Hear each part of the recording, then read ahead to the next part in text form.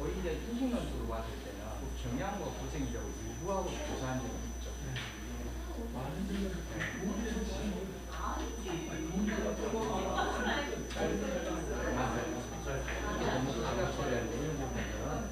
경향과 타겟이라고 다르죠. 그건 오히려 고생하죠.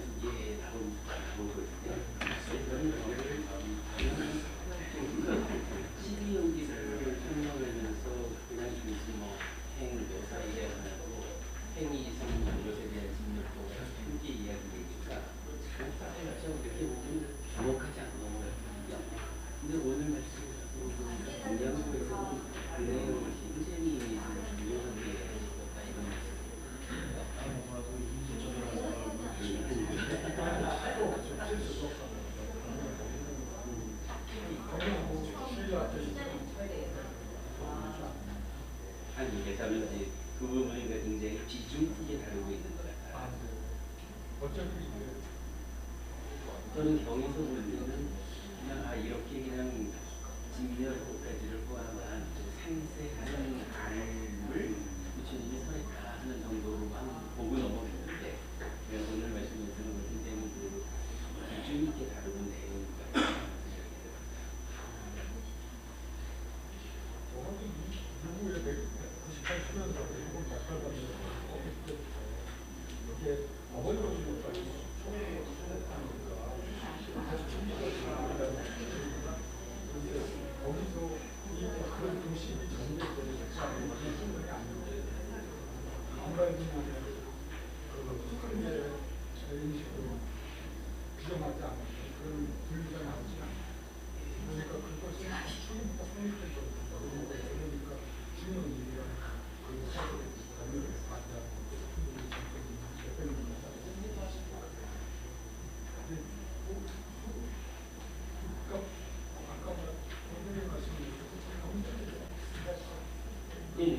정지원에서 우리가 발음하려는 거는 발음하는 거는 이제 안과 얘기하나 이렇게 돼야 되는데 이 지금 세 개까지 쪽 차례가 돼요. 네 가지 하면 이렇게 서서 이제 하시고 여기다가 나오는데 오늘은 그 정도를 보면서 크게 주목 같은 게 있었는데 다 맞춘 거죠. 아까 이거는 지금 다 굉장히 그 재밌는 주제를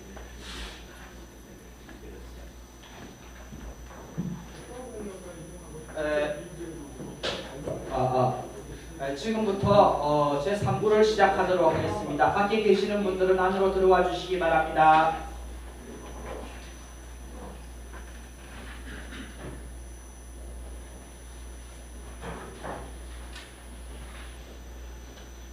네, 3부는 박수영 선생님께서 발표를 하시고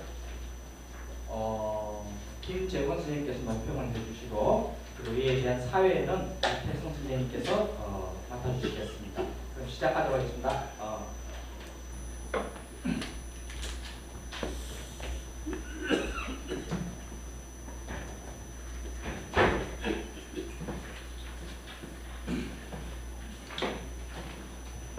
네, 안녕하십니까. 3부 사회를 맡은 이태승이라고 합니다. 저는 현재 미덕대학교 불동학과에 재입하고 있습니다. 인도철학교가 늘 새로운 주제와 또 활기찬 학교 정평이 있는데 아마 1, 2부도 그랬듯이 3부도 재밌는 그 내용으로 활기 있는 학교가 되도록 시작하겠습니다. 먼저 우리 박수영 선생님 앞에 나와주시죠. 우리 김정은 선생님 앞에 계시는데 어떻게 자리 같이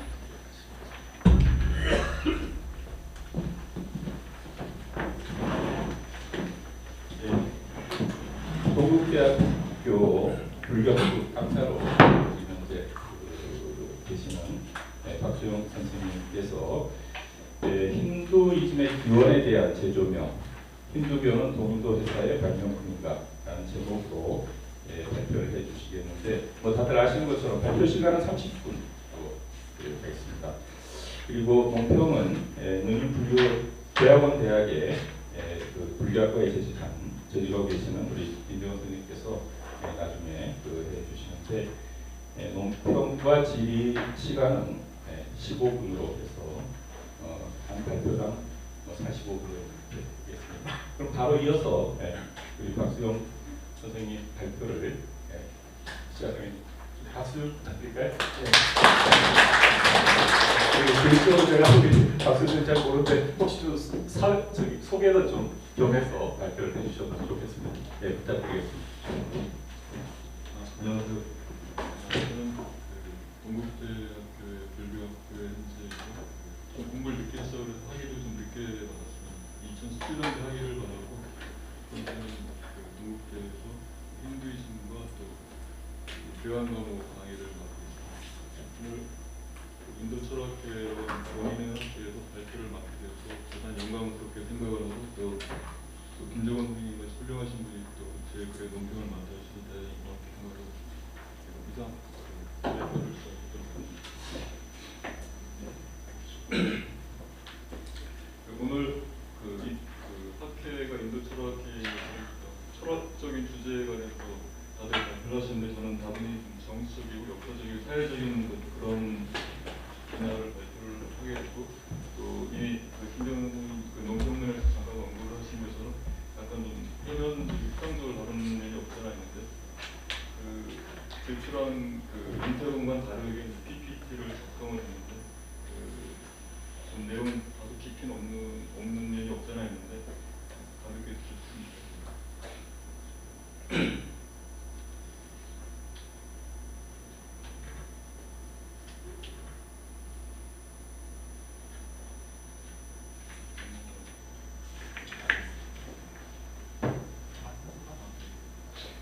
이 그림은 좀 땡볕맞은 그림인데 다들 아실 텐데 왼쪽에 있는 사람은 다들 아시는 분이고 오른쪽에 있는 분은 준이라고 이준구라고 우리나라 분인데 미국을 빛낸 이민자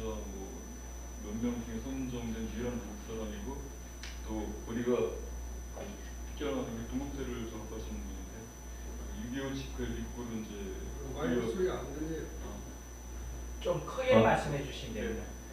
6.25 직후에 이제 미국으로 유학을 가셨다가 이제 그 정석을 하셔서 세계적인 태권도 그 그랜드 마스터가 된 분인데 68년도에 이미 브루스리는 당시 되게 유명한 사람인데 그 브루스리가 주관을 해서 이제 세계 그 무슬림 대회가 열려고 그 롱비치 해안에서 이제 두 명이 포즈를 취한 유명한 사실인데 그 이준구 선생이 말하기를 태권도가 솔직하게 말하면 가라데에서 온 거라고 이제 그런 얘기를 한 적이 있거든요.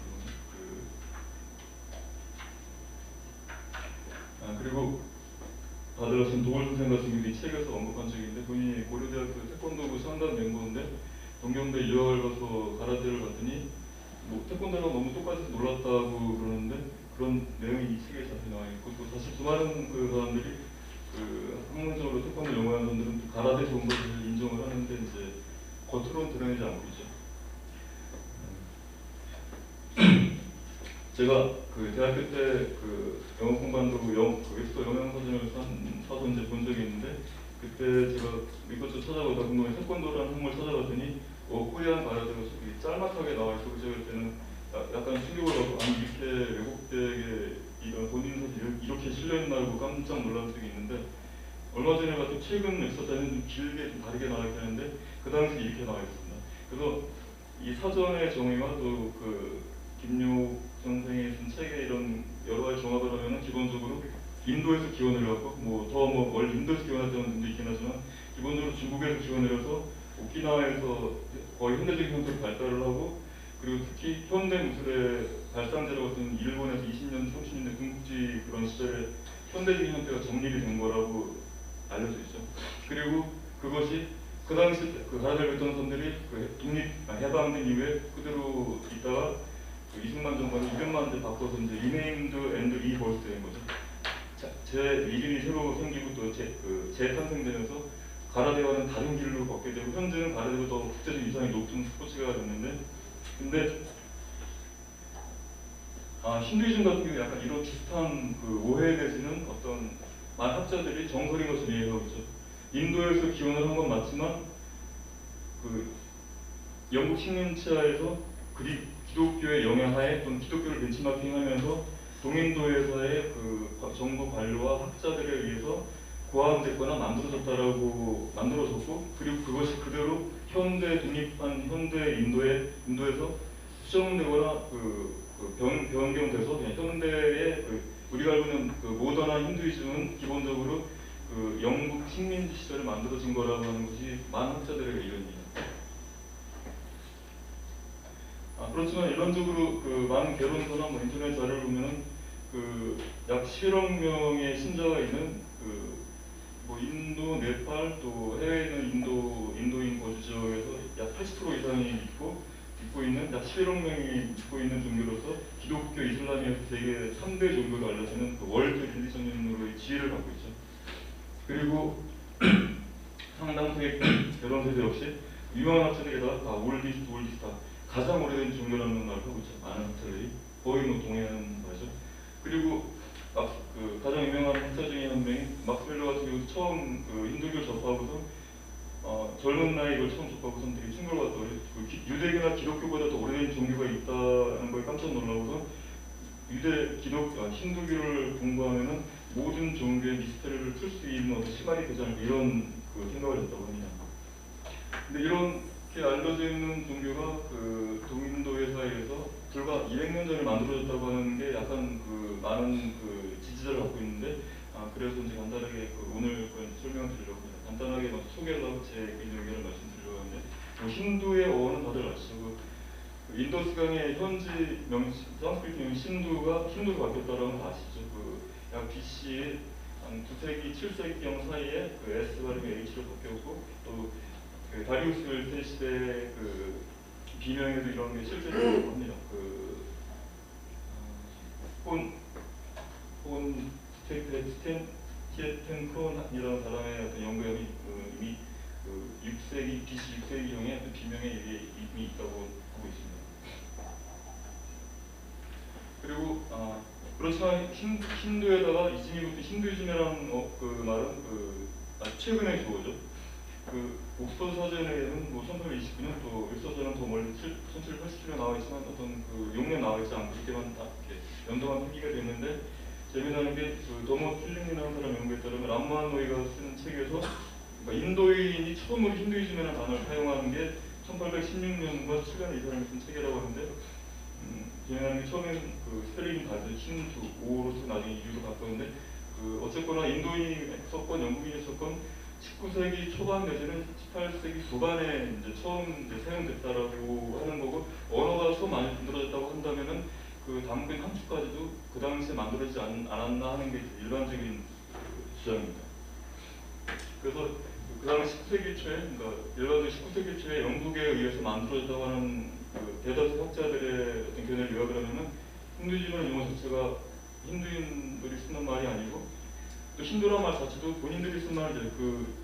외국 페르시아 사람들이 지칭하는 말이고 그렇기 때문에 영국인 중산층 아버지와 아주 약간 안 좋게 표현해서 영국인 중산층 아버지와 인도인 어머니 사이에서 태어난 사생아라는 표현까지 하고 있습니다. 그리고 더 나아가서 우리가 인도의 전통이라고 알고 있는 것 상당수가 카스트 제도마저도 식민지시대 영국 사람들이 만들어졌다라고 하는 주장이 있고 약간 설득력 있는 건 사실이에요. 또 그런데 만들어졌는데 어떻게 만들어졌냐면 그대로 있는 모습 그대로 만들어진 것이 아니라 유럽인들이 항상 그래왔듯이 자신들의 이미지로 재창조했다고 합니다. 근데 문제는 이런 재창조한 이미지가 서양 사람들의 자신들이 재창조한 이미지가 인도인들에 의해서 자신들의 이미지로 이제 받아들였다고 하는 거죠. 여기 인도 학자가 쓴 말 그대로 영어에 부과된 상징적인 힘 때문에 서양 사람들이 서양으로 번역한 책을 통해서 인도의 근대식 교육을 받은 사람들이 영어 번역, 역사서를 통해서 자신들의 과거에 접근하는 것이 뭔가 좀 더 학문적인 것 같고 좀 이런 영어의 그런 힘 때문에 이런 걸 통해서 서양 사람들의 이미지가 본인들의 이미지로 이제 굳어졌다고 합니다. 이런 다 굳어졌다면 그런 학자들 그런 사람들이 꽤 많아지겠죠.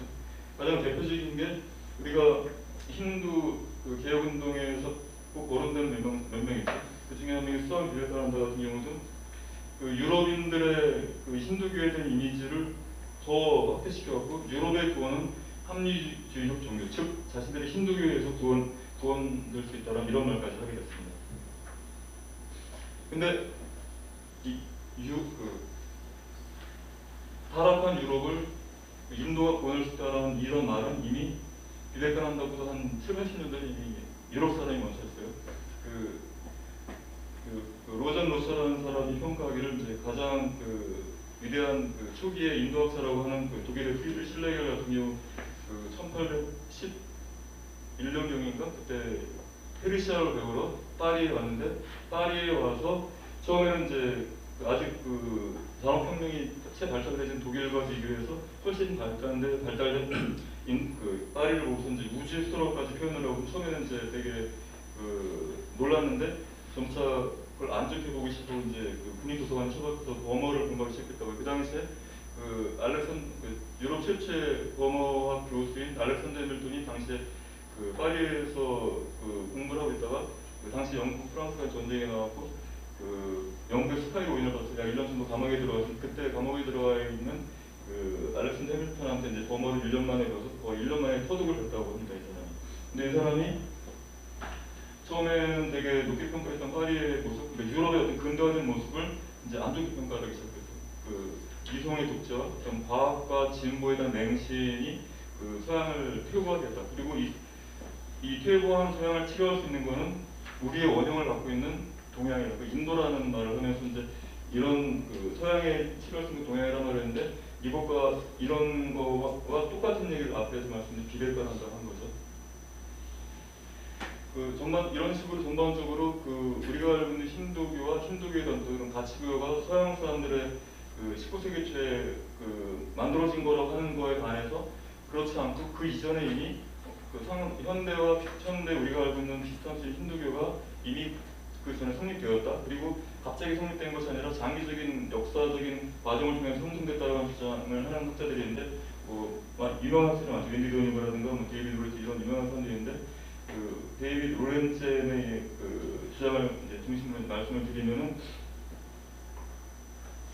그 19세기 영국인에서 만들어지기 이전에 이미 힌두교가 인도에 있었다라고 주장을 하기 위해서 근거로 하는 전략이 뭐냐면은 그 1878년도에 모니 윌리엄스가 쓴 그 힌두이즘이라는 그 책이 있는데 초기에 쓰신 가장 그 현대적인 형태의 어떤 그 정리된 형태의 책인데 이런 아주 전형적인 스탠다드 모델의 힌두이즘에 관한 그 책들이 이미 그 이전에 있었다라고 얘기를 하는 거죠.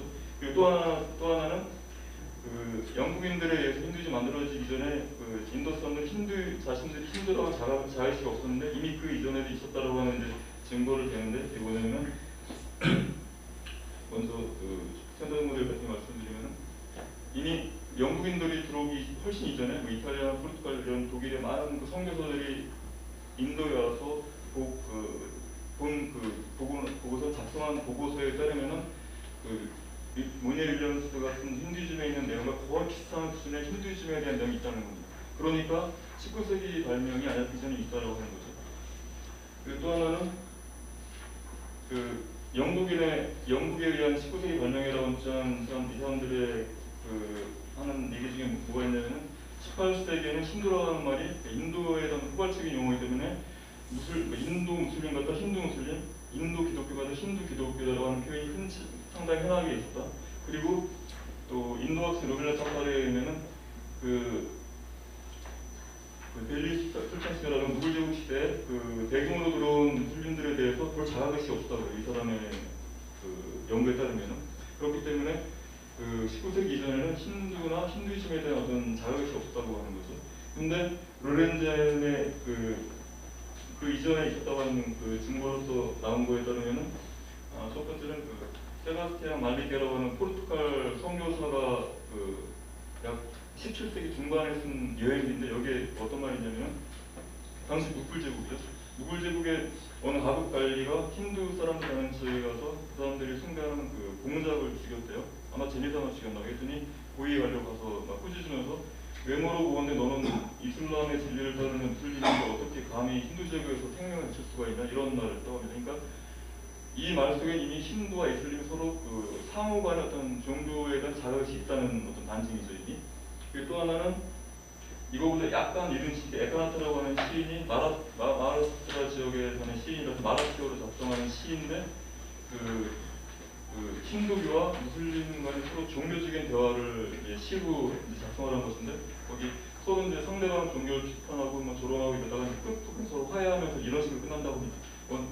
그 힌두 그라마니 네 맞습니다 선생님 사실 당신만 하나입니다. 뭐 이런 내용이 있는데 이거를 봐도 그 힌두인과 무슬림과 어떤 종교적인 자의식이 이미 16세기에 이미 있었다고 하는 반증이 된다는 얘기죠. 그래서 그 19세기 초에 영국에서 만들어졌다는 설은 이제 적합하지 않다라고 주장을 하는 건데 저 같은 경우는 기본적으로 그 이전에 있었다고 하는 거는 뭐 사실 부정할 수 없는 사실이다. 있는 건 사실이지만 결정적인 영향은 그 영국 식민 시절에 형성이 되지 않았다는 입장이라서 그 19세기 초에 그러니까 대다수의 의견이 19세기 초에 만들어졌다고 하는데 그래서 저는 그 직전 상황을 보기로 했습니다.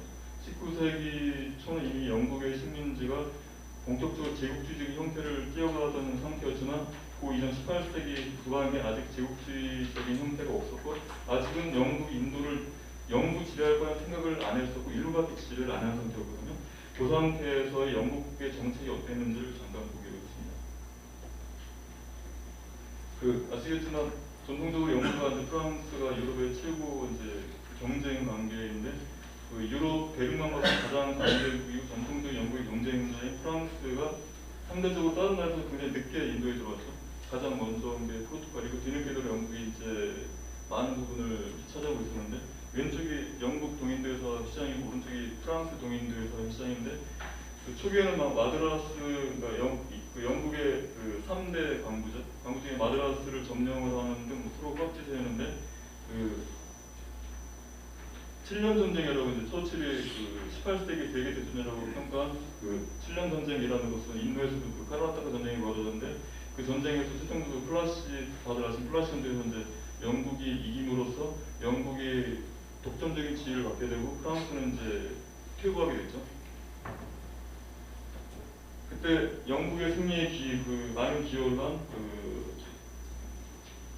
미르 자파라는 사람한테 벵갈의 태수를 임명했어요. 기본적으로 태수를 임명할 권한은 누굴 황제한테 있는데 영국 일개 프라이빗 컴퍼니인 동인도회사에서 미르 자파라는 사람을 벵갈 지역에 태수로 임명했습니다.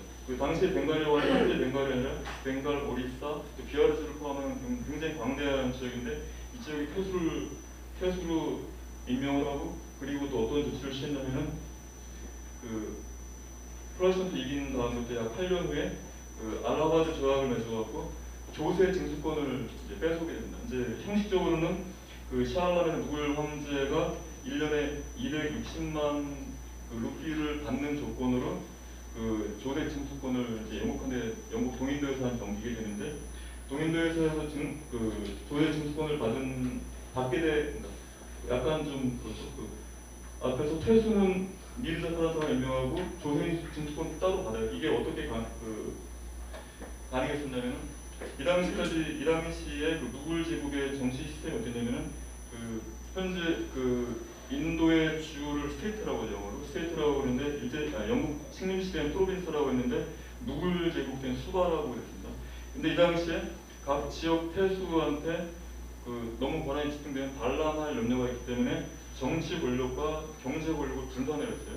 정치 권력을 가진 사람은 태수라고 나와비라고 그리고 이 사람한테는 그러니까 일반적인 법 집행과 형사 사건에 대한 재판권을 줬고 그리고 나보다는 랭크 상을 약간 아래지만 이 사람한테 조세 징수권을 줘갖고 돈을 마음대로 나비 못 쓰게 하는 거죠. 무기 구매나 이런 거 마음대로 썼는데 소환권 반란을 못하게끔. 그래서 정치 권력과 군사 권력을 분산해냈는데 아직 형식적으로는 누굴 제국 황제가 나압이나 기완 임명을 갖고 있음에도 불구하고 일개 동인도에서 나압을 임명하고 그리고 기완이는 뺏어왔어요. 그리고 이 상태에서 힘으로는 직접 지배할 수 있었지만 직접 지배를 하지 않았어요. 왜냐하면 아직 프랑스의 힘이 강했고 또 부분 여기 포르투갈의 힘이 있었기 때문에 직접 지배에 대한 어떤 두려움이 있었고 그리고 더군다나 직접 지배를 하게 되면 영국 본토에서 의회가 관여를 하기 시작했기 때문에 직접 지배를 망설이고 있고 인도 사람들한테 대신 이런 조세 징수하는 걸 맡겼어요. 근데 이 사람들이 너무 부패해서 너무 걷잡을 수 있는 상태가 되다 보니까 약 7년 경과 후에 당시에 총독인 워렌 헤이스팅스가 우리가 직접 기완이가 되자고 직접 징수를 하기로 하고 사법 개혁을 1772년대 현대 인도의 사법 시스템의 근간이 되는 사법 개혁을 1772년에 하게 됩니다. 기본적으로 무굴 제국 시스템을 유지하는데 차이가 있다면은 캘커타나 마드라스 또 봄베이 같은 관부 대도시 지역에는 사드르 아달라트 대법원을 만들고 상급법원을 만들고 일반 지역에는 각 디스트릭트를 나눠갖고 각 지역마다 모프스를 아달라트라고 이제 약간 다급 법원을 만들었습니다. 기본적으로 형사와 민사를 구분하고 그대로 유지하되 상급과 하급 법원을 만들었다는 게 차이가 있는데 이거보다 더 큰 차이는 뭐냐면은 아직까지는 누굴 제국의 법으로 똑같이 일반되게 적용을 했는데 워렌 헤이스팅스의 사법개혁안에 의해서 이슬람과 힌두 사람들을 다른 법을 재판을 하기로 했습니다. 이 사람이 발표한 결의안의 어떤 내용이냐면 상속, 결혼, 카스팅, 기타 종교적 가족 등 기관들에 대한 모든 조정에서 무슬림들에게는 코란의 법이 그리고 힌두인들에게는 힌두의 법이 항상 준수되어야 한다. 이러고서 각각 다른 법원을 법령지를 만들어서 집행을 하기 시작을 했습니다.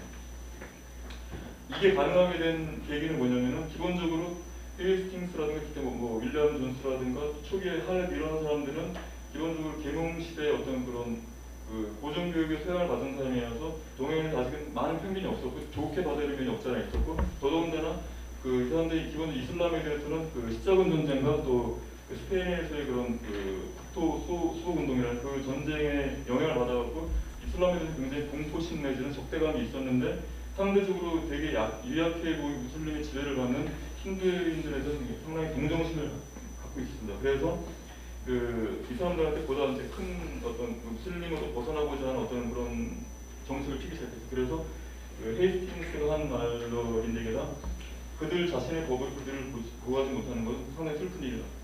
그러므로 이제 그들의 법으로 그 영국 법이 아니라 그 인도인들의 법으로 그들을 이제 집행한다 이런 생각을 하면서 그 할레드라는 사람한테 그 힌두법을 편찬을 맡겼어요. 그래서 산스크리트어에서 직접 편찬한 것이 아니라 그 당시에 산스크리트 아주 유명한 언어가 아니고 대부분의 식민지 관료들은 페르시아어만 알았기 때문에 페르시아어로 이미 번역이 된 그 힌두법들을 모아서 이제 편찬을 하게 됐습니다. 그리고 이 당시에 아까 말씀드린 헤이스팅스만 그런 것이 아니라 상당히 많은 초기의 이런 식민 관료들이 그 힌두인들에 대해서 동정적인 그 생각을 갖고 있었는데 대표적인 게 그 제임스 밀보다 훨씬 한 50년, 한 반세기 이전 먼저 인도 역사서를 쓴 사람이 있는데 역사책 제목이 뭐 히스토리 오브 힌두스탄이라고 그러니까 이미 힌두라는 말 자체가 그 종교적인 거라면 지리적인 의미를 갖고 있다는 그런 반증이 되겠죠. 이런 책을 그 인도 역사를 썼는데 이 사람 책 내용이 뭐가 있냐면은 앞에 있는 내용은 생략된 거냐면 이슬람인들에 비해서 힌두인들은 마일드하고 휴메인하고 복종적이고 또 근면하다. 그들은 이 세상에서 가장 쉽게 정복하고 통제할 수 있는 사람들이다. 이런 말을 했습니다. 그래서 이 사람들한테는 힌두인들보다는 약간 좀 유하게 해도 된다는 생각을 했기 때문에 힌두 법을 적용을 하기로 한 거죠. 그리고 알렉산더 다우랑 약간 다른 게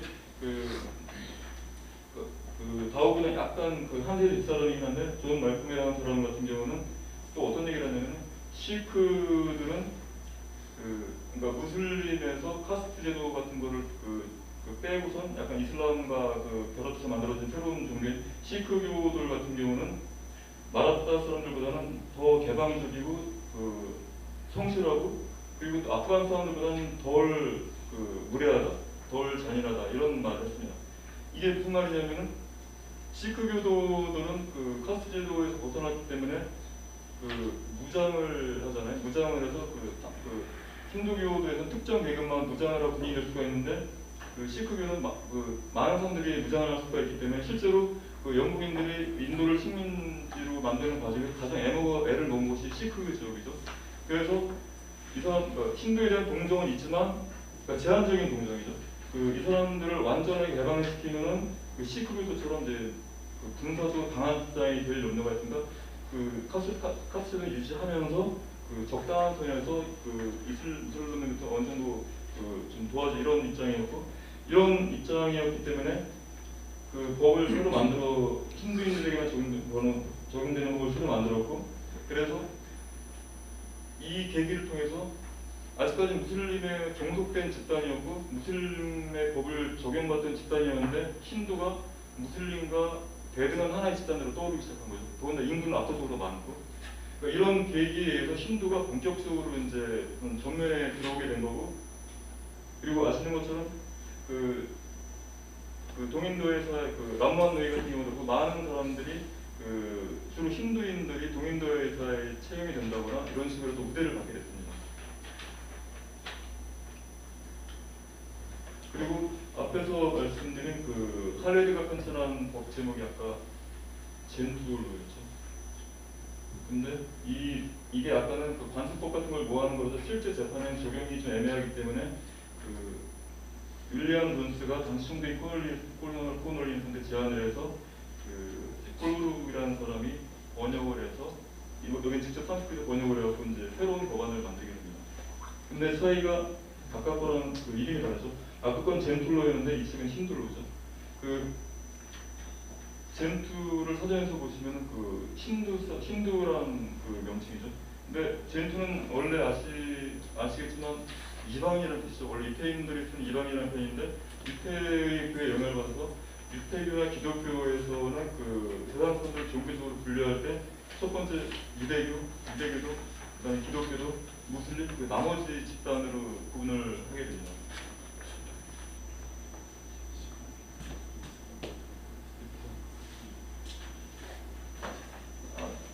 처음엔 젠투란 포르투갈 사람들이 처음에 와서 무슬림과 기독교도 이런 사람들 제한 나머지 사람들이라고 의미해서 힌두인들을 젠투라고 표현을 했죠. 그러니까 이 젠투란 말에는 시크교나 자이나교나 심지어는 불교도라든가 파르시 이런 것도 다 포함이 되는 개념인데 근데 77년도에 그랬는데 약 20년 후에 나온 책에는 젠토가 힘들어한 말을 쓰게 돼요. 그러니까 그 젠토라고 하는 건 그 네거티브 에컬리션이라고 뭐를 빼고 남는 거런 의미가 강했는데 힌두란 말을 갖고 이제는 적극적으로 뭔가 포섭하는 개념을 갖게 된 거죠. 그래서 힌두인들 아이덴티티가 성립되는데 큰 이제 어떤 그 이념적인 어떤 기반이 되는 거죠. 초기에는 젠투이즘이라는 말도 있었지만 젠투이즘이라는 말에 비해서 힌두이즘만이 훨씬 강력한 그 의미를 갖게 되고 이래서 그 최종적으로 뭐 나중에 그 브리티시가 영국 식민 시대에 나온 개념이긴 하지만 힌두토바라는 개념으로 발전을 하게 됩니다. 그 힌두란 그 페르시아 사람들이 붙인 그 어떤 그 지리적인 표현에다가 지리적인 인종적인 표현에다가 이즘이라는 말이 붙음으로써 그 켄트 스미스라는 유명한 학자가 말한 것처럼 그 이즘이라는 말이 붙으면서 이제 그 구체화되는 과정을 거치게 되죠. 구체화되는 과정이라고 하는 건 그 리프너가 말한 것처럼 그 본질적인 본질만 고르고 나머지 건 다 배제하는 과정인데 이런 과정을 거치면서 종교가 점점 편협한 길을 가게 되는 거죠. 처음에는 상당히 그 현대 우리가 알고 있는 힌두이즘 중에 다양성 있는 종교로 보여지고 있지만 기본적으로 한편에서는 이렇게 본질만 남기고 나머지 다 걸러내는 이센셜라이즈 과정을 거치게 되면서 그 남는 것이 정치와 결탁을 해서 힌두토바르 형태로 남게 돼서 오늘날 이제 굉장히 문제가 되는 정치적인 상황이 벌어지게 되는데 그 대표적인 것이 잘 아시는 90년대 아유리아 사태와 또 구자트 사태죠. 힌두교도들이 그 다음번 발표의 논평을 마친 문시 선생님께서 번역하신 70년대에 쓴 그 스가노아키라의 힌두이즘 책에 보면 힌두이즘이 관용의 종교라고 되어 있고 그 당시 기준으로 맞는데 90년대부터 힌두이즘은 관용의 종교라는 타이틀은 좀 약간 그 맞지 않는 면이 많이 보이게 됐습니다. 그게 대표적인 사건이 아유리아 사태와 구자트 사태인데 이런 어떤 이즘이라는 말을 붙임으로써 좀 편협한 길을 걷게 된 어떤 그 계기가 그 영국 식민지 시대에 종교로서 재정립되면서 이런 영향이 있지 않았나는 게 제 개인적인 의견입니다. 뒷부분에 시간이 있어서 또 하나 말씀드릴게요. 이게 1909년도 대영제국이 인도를 최고로 그 강력하게 지배할 당시의 시도인데 여기서 노란 색깔들은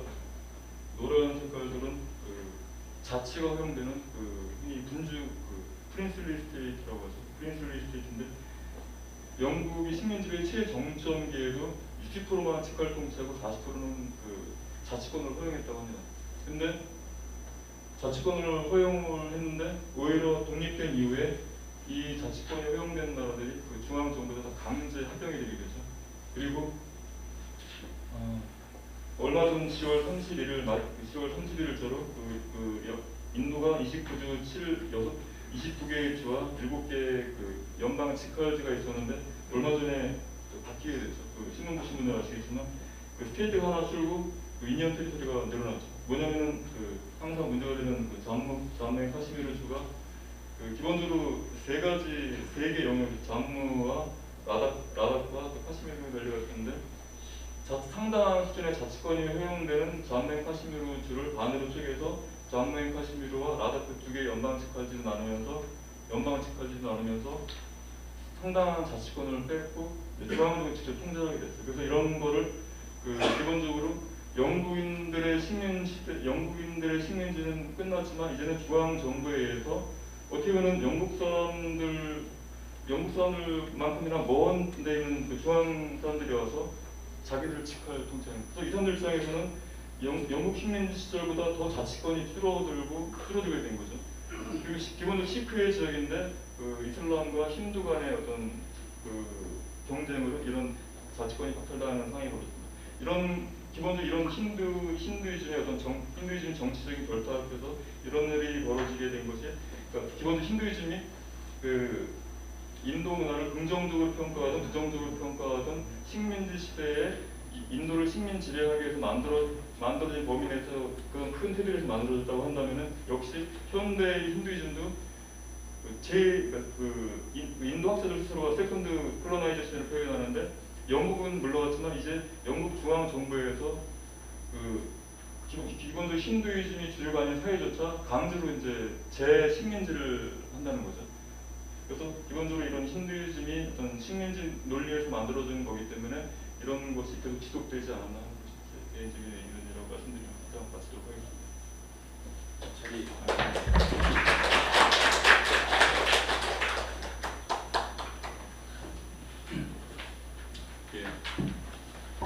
네, 박수영 선생님의 그 발표가 있었습니다. 네, 저희 그 인도에 관심 있는 분들이나 뭐 저나 상당히 그 재미있고 또 계속 저 동영상을 좀 보고 그런 철학이라든가 사상이라든가 이런 데서 좀 벗어나서 좀 근현대 새로운 정치 모습 이런 데 좀 관심을 가질 수 있는 기회가 될 수 있으면 더 좋을 것 같은데 오늘은 저희들이 그 발표 자리이기 때문에 아무래도 제가 사회자로서 조금 이 앞에 서서 시간을 좀 압박을 드렸는데 그래도 잘 하신 것 같습니다. 네, 상당히 뭐 새롭고 좋은 말들 또 아주 굉장히 지적으로 좀 저희들이 잘 몰랐던 좋은 말들이 많이 나와서 많이 공부가 되고 있는데 일단 오늘 발표된 내용에 대해서 이 능인불교대학원대학의 우리 김정원 선생님의 일단 논평을 듣고 가능하면 이제 플로어의 여러분들한테도 시간을 드릴 수 있도록 하겠습니다. 네, 김정원 선생님 박수로 좀 알려주시겠습니다. 안녕하세요. 네, 박수영 선생님의 힌두이즘의 기원에 대한 제목에 대해서 아주 좋은 발표 잘 들었습니다. 제가 이제 논평을 맡게 됐지만 현재 지금 플로어에 계시는 가운데 관련 전공자들이 계시라고 생각합니다. 그래서 실제 관련 전공자가 논평을 맡았더라면 좀 더 괜찮았을까 하는 생각도 한번 해봅니다. 제 역할은 시간을 최대한 논평의 시간을 전략을 해서 플로어에서 활발한 질의응답이 이루어졌으면 좋겠습니다. 그럼 이제 별지로 제가 이제 늦게 제출하는 바람에 별지로에서 지금 자료가 나가 있습니다. 그 발표 자료에 입각해서 말씀드리겠습니다. 이번에 이제 발표한 박수현 선생님의 이제 힌두이즘의 기원에 대한 개조명이라는 이 논문은 주로 힌두이즘이라는 용어의 성립과 그 기원을 둘러싼 여러 논쟁들에 주목하여 과연 그것이 어떠한 역사적 정치적인 배경하에서 성립된 것인지를 다각적으로 종합하고 있습니다. 주로 이제 시기적으로는 18세기, 19세기 초 그 시대를 이제 포커스를 맞춰서 하고 있습니다. 이를 위해 논자는 먼저 제2장에서는 힌두이즘의 성립에 19세기 초 영국의 사학자들과 식민 관료들을 비롯한 초기 오리엔탈리스트 등의 영향력이 지대했다고 주장하는 다수의 이제 학자들에 의한 견해와 일례들을 제시합니다. 반면에 제3장에서는 주로 로렌젠의 견해에 따라 힌두이즘은 19세기 초에 영국에 의해 갑자기 만들어진 것이 아니라 장기적인 역사적 상호작용의 결과로서 점진적으로 만들어진 것이라는 견해를 보여줍니다. 한편 제4장에서는 2장과 3장에서 제시된 힌두이즘에 관한 서로 상반된 주장들의 타당성에 대해서 이제 검토를 합니다. 이를 통해 논자는 18세기 후반 영국의 인도에 대한 식민 통치의 일환으로 전개된 동인도 회사의 직접적인 영향력이 강화되면서 초래된 헤이스팅스의 힌두법 적용 문제나 인도 고전 문헌과 관련된 사례 등을 근거로 동인도 회사의 역할이 결정적이었다고 주장을 합니다. 결론적으로 이 논문은 기본적으로 힌두이즘이 장기적, 점진적으로 형성되었다는 로렌젠 등의 주장에 동의하면서도 무엇보다 18세기 후반 동인도 회사의 직접적인 영향력을 근거로 영국의 역할이 울 제국보다도 훨씬 결정적이었다고 주장을 합니다. 그럼 상세한 것은 이제 지명 관계상 생략하기로 하고 몇 가지 궁금한 사항을 질의함으로써 논평에 대신하고자 합니다. 일반적으로 힌두이즘이란 인도의 대표적인 종교인 힌두교와 통용될 수 있다고 봅니다. 힌두이즘은 아리안족이 유입되기 이전에 고대 인도로부터 베다의 전통을 비롯한 근현대 힌두 사상에 이르기까지 인도의 다양하고 복잡한 여러 종교적 전통들을 포괄하고 있는 것으로 이제 이해합니다. 이런 점에서 힌두이즘의 개념은 인위적이지 않고 이에 대한 정의는 학자들마다 또 시기마다 매우 다양하다고 봅니다. 사실 힌두이즘, 즉 힌두의 정체성을 둘러싼 논쟁은 아직 현재 진행형이고 인도의 고대 종교를 기반으로 형성된 힌두이즘의 성격이나 그 기원에 관한 문제는 종교적으로나 사회 문화적으로 다양한 담론 형성에 기여하리라고 봅니다. 이와 관련하여 힌두성과 힌두이즘의 개념이 형성된 그 역사적인 배경에 주목한 논자의 발표는 매우 흥미롭게 느껴집니다. 우선 논평에 앞서 논자의 열의와 노고에 감사의 뜻을 전합니다. 그러면 이와 관련하여 몇 가지 질문을 드리면, 먼저 논자는 주로 힌두이즘이라는 용어가 성립되는 그 역사적 배경에 주목하고 있는데, 힌두이즘의 성격 및 그 정체성과 관련하여 힌두교와의 관련성, 즉 힌두이즘의 종교성에 대해서는 어떤 관점을 가지고 있는지 설명을 부탁을 드립니다. 둘째, 논자는 제2장에서 힌두이즘은 19세기 초 영국의 학자들과 시민 관료들이 고안된 것이라는 주장을 비롯한 오리엔탈리즘에 입각한 인도 종교에 대한 부정적인 평가를 답습하여 19세기에 등장한 힌두이즘은 서양의 발명품으로 간주합니다.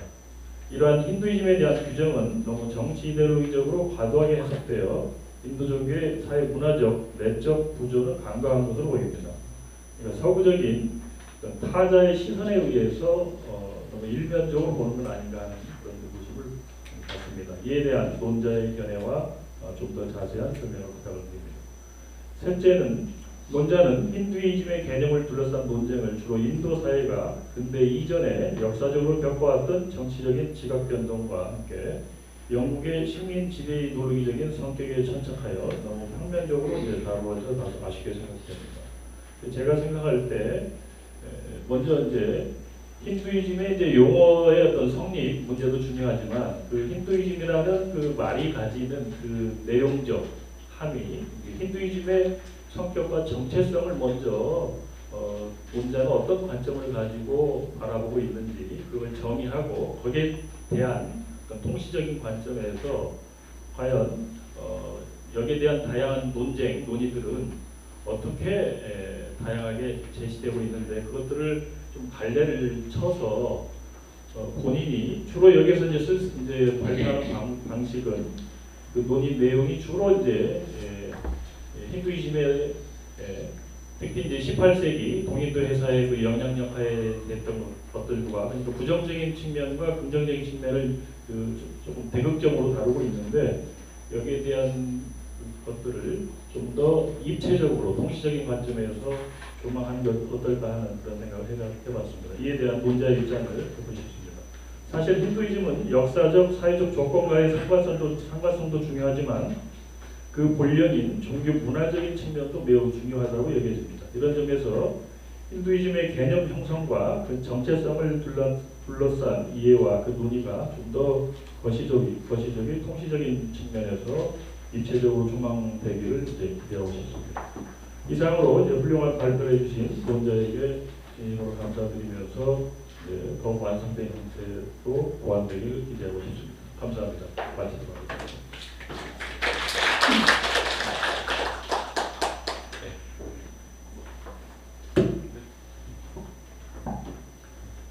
사실 제 전공과 벗어나는 거를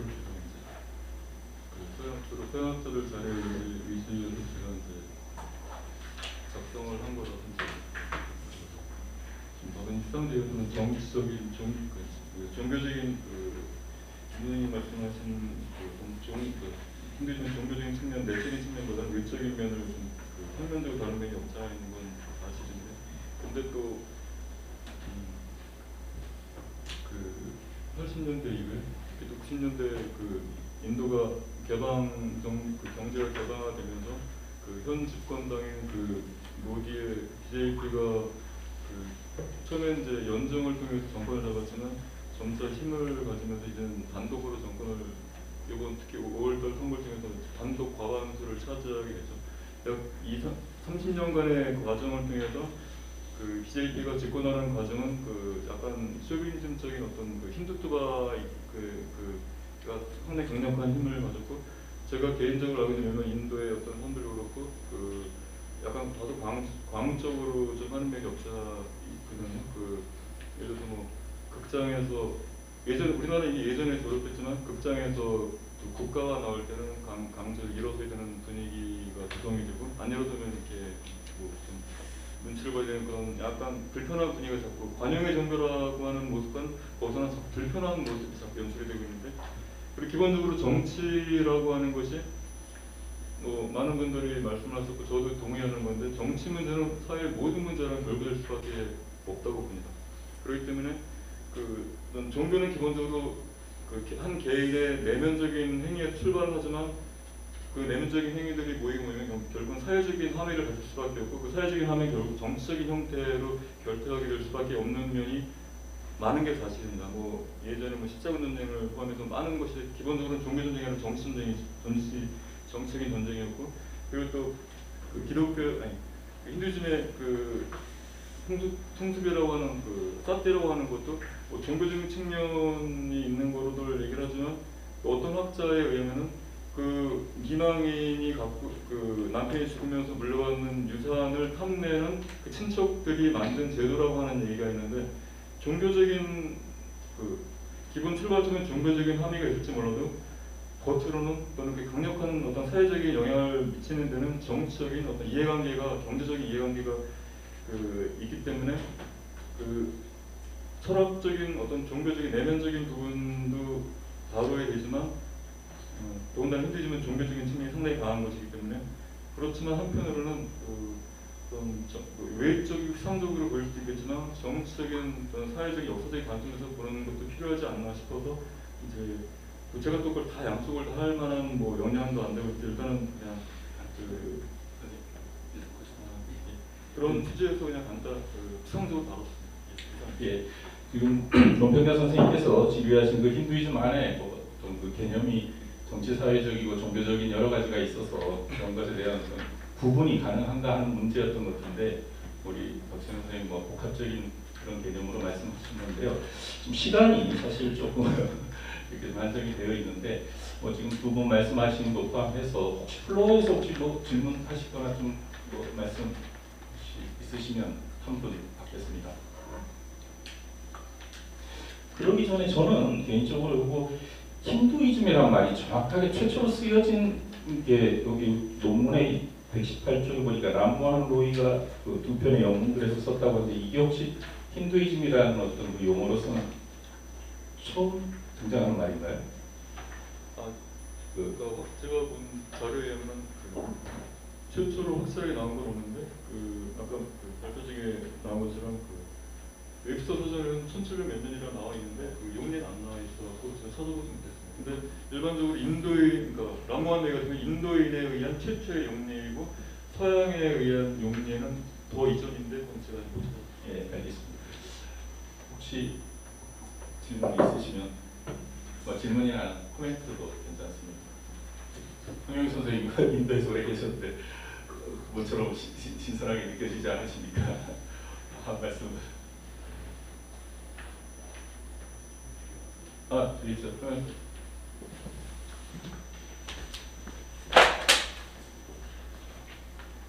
예, 저희 오리엔탈리즘 관련해가지고 2차 공연이 많을 텐데 이걸 다 읽고 정리를 다 해주신 것 같아서 즐겁게 발표를 그런데요. 2차 문헌류에서 자주 얘기가 되고 있는 하나의 모티브 중에 하나를 언급하지 않으신 것 같아서 그걸 한번 여쭤보고 싶으신 거지. 힌두이즘이 사실은 동인도 회사에서 인구 조사를 할 때 너는 무슬림이냐 힌두냐라고 물어보는 데서부터 힌두이즘이 나왔다는 얘기도 있고 동인도에서 지배를 하면서 전기와 철도를 발명한 것뿐만 아니라 힌두이즘을 발명했다 이런 얘기가 이제 학계에서 많이 나오는 게 사실인데 정치 사회적인 영향뿐만 아니라 제가 보기에는 힌두이즘이 동인도 회사가 만들었던 안 만들었던 간에 선생님께서 말씀해 주시는 부분 중에 중요한 부분이 관용의 성격을 갖고 있는 종교에서 이제 뜨바 숫자가 붙으면서 점점 더 레이트 바이 나이트, 에센셜라이징이라는 단어를 쓰셨는데 기독교를 닮아가는 듯한 그런 모습을 보이잖아요. 그런 점에서 맨 처음에 들어갔던 선교사들이 인도에 대한 최초의 지식을 전파했던 사람들이었고 그 뒤에 들어갔던 관료층도 기독교인이었고 기독교인들이 아까 말씀해 주셨듯이 겐투라는 단어도 있고 겐투가 원래 젠타이라는 이교도라는 말이고 이 사람 기독교인들의 입장에서는 세상의 종교는 유태교, 기독교 그리고 무슬림 아니면은 이교도 간단하게 카테고리로 묶어서 그렇게 해서 이제 이교도에서 힌두로 다시 정립을 하면서 기독교의 같은 카테고리로 올라서게 되는 거거든요, 사실은. 그래서 기독교의 미러 이미지로서 형성되는 과정 중에 있는 것으로 보이는데 이런 그 정치 사회적인 맥락뿐만 아니라 기독교적인 시선, 힌두교를 보는 기독교적인 시선에 대해서는 왜 다루지 않으셨는지 한번 여쭤보시죠.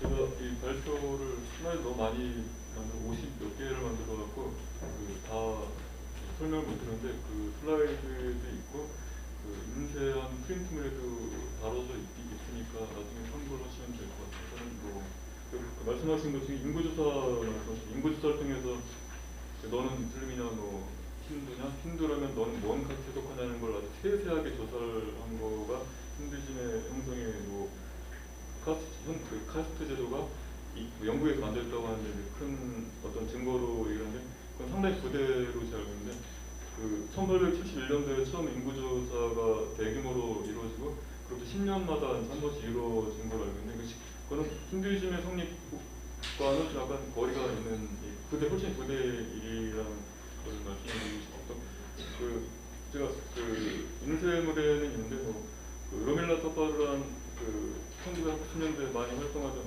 여성 인도 학자분인데 제가 되게 재밌게 많이 했는데 그분이 말씀하신 것처럼 지금 질문하신 거랑 같은 취지인데 힌두교가 현대 힌두교가 정치적인 어떤 영향을 받으면서 점점 셈족의 종교화돼가는 세미티사이제이션이라는 말을 했고 그리고 또 아요디아를 힌두교의 예루살렘이라는 말을 거기 있지도 않은 전설상의 람의 무덤이 있는 시체를 찾겠다고 막 파헤치고 몇천 명이 죽었잖아요. 그럼 힌두교와 기독교를 닮아가는 과정은 또 제가 발표는 못했지만 책 인쇄물이 충분히 있으니까 나중에 보시면 됩니다. 예, 아무래도 오늘 학회 끝나고 재밌는 자리에 중요한 주제가 될 것 같습니다. 오늘 발표해 주신 박수영 선생님하고 김정원 선생님께서